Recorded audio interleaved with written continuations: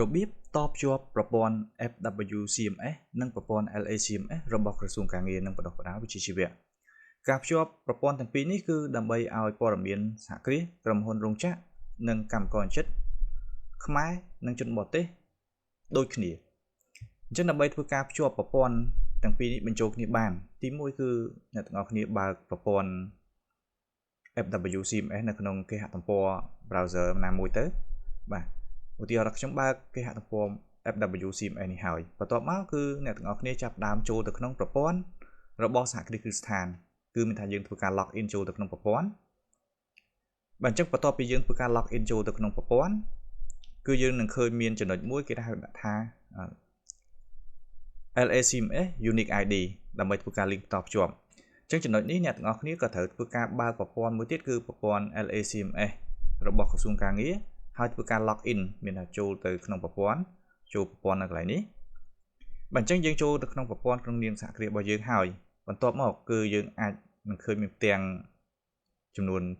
មួយដូចគ្នាដែរអញ្ចឹងតកតងជាមួយនឹងការភ្ជាប់នេះគឺអ្នកទាំងអស់គ្នាអាចធ្វើដូចតទៅបាទអញ្ចឹងនេះគឺជារបៀបនៃការភ្ជាប់ទី1គឺអ្នកទាំងអស់គ្នាត្រូវបើកផ្ទាំងរបស់ប្រព័ន្ធ LACMS សិនចឹងនៅពេលដែលអ្នកទាំងអស់គ្នាបើកប្រព័ន្ធ LACMS គឺអ្នកទាំងអស់គ្នាមើលនៅផ្នែកខាងឆ្វេងនេះគឺឃើញមានពាក្យថាផ្ទាំងមុខងារចឹងអ្នកទាំងអស់គ្នាចុចលើព័ត៌មានសហគ្រាសបាទចឹងចុចឡើងព័ត៌មានសហគ្រាសគឺយើងនឹងឃើញមាននៅផ្នែកខាងស្ដាំនេះគឺមាន Unique ID និងមួយទៀតគឺលេខចុះបញ្ជីពាណិជ្ជកម្មចឹងអ្នកទាំងអស់គ្នាត្រូវយក Unique ID នេះមួយដើម្បីកត់ចំណាំទុកនិងទី2ប្រសិនបើអ្នកទាំងអស់គ្នាឃើញនៅកន្លែងនេះទេអ្នកទាំងអស់គ្នាអាចមើលនៅក្នុងលិខិតអាជ្ញាប័ណ្ណក្រសួងពាណិជ្ជកម្មរបស់អ្នកទាំងអស់គ្នាបានបន្ទាប់មកគឺអ្នកទាំងអស់គ្នាចាប់ផ្ដើមចូលទៅក្នុងប្រព័ន្ធ FWCMS វិញអញ្ចឹងមានថាយើងបើកគេហទំព័រ FWCMS នេះរួចចាប់ផ្ដើមចូលមកកាន់ផ្ទាំងដំបូងនេះមានថាយើងមានឃើញមានគណនីរបស់ខ្ញុំហើយនៅកន្លែងបន្ទាប់មកគឺឃើញមានដាក់ថា LACMS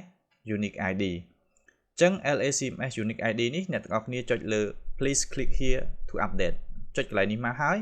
គឺយើងឃើញលេខផ្ទាំងនេះមួយផ្ទាំងប៉ុណ្នេះអញ្ចឹងផ្ទាំងនៅកន្លែងនេះគឺអ្នកទាំងអស់គ្នាគ្រាន់តែបញ្ចូលទី1គឺ LACMS Unique ID ដែលបានចេញពីប្រព័ន្ធគណនីរបស់ LACMS នោះហើយទី2គឺកន្លែងចំណុចទី2នេះគឺអ្នកទាំងអស់គ្នាត្រូវបញ្ចូលលេខ single ID របស់ក្រសួងពាណិជ្ជកម្មមានថាលេខចុះបញ្ជីពាណិជ្ជកម្មរួចចុចរក្សាទុកអ្នកទាំងអស់គ្នាគ្រាន់តែធ្វើប៉ុណ្ណេះហើយគឺទិន្នន័យរបស់អ្នកទាំងអស់គ្នាមានថាព័ត៌មានសហគ្រាស